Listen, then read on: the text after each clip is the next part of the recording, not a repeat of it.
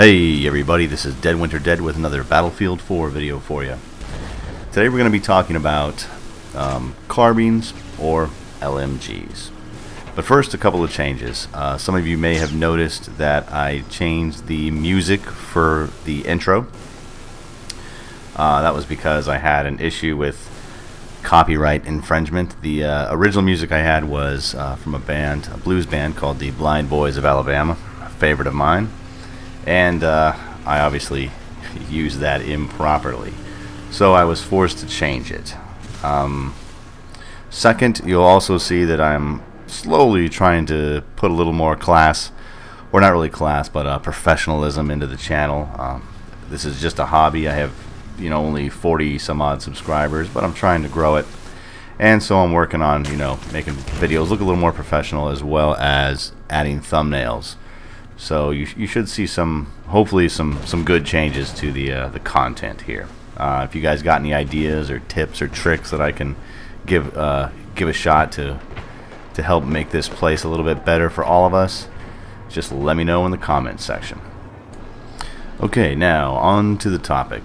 I had a viewer a couple weeks ago ask me a question. I thought it would be interesting to discuss this on the video. His question was, and I'll paraphrase, I don't remember the exact wording, but the viewer's question was, LMGs or carbines.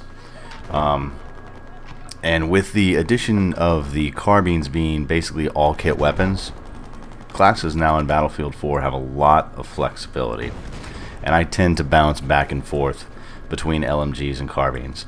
Now, I'm typically an assault class player. I love the LMGs. In Battlefield 3, my favorite was the 240 Bravo.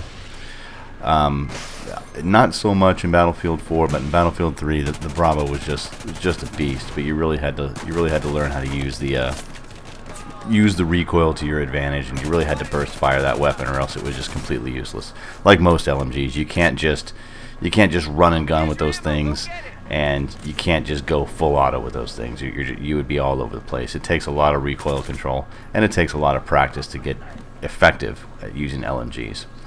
In Battlefield 4, my favorites are the LSAT as well as the MG4. Both those weapons are just excellent LMGs. Probably two of the best in my opinion.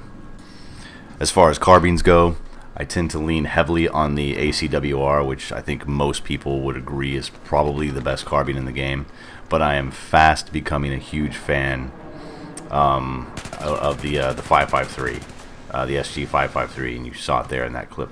It's an excellent weapon, and it doesn't often fail me. I really click with that weapon really well. But the ACWR right now is probably my top carbine.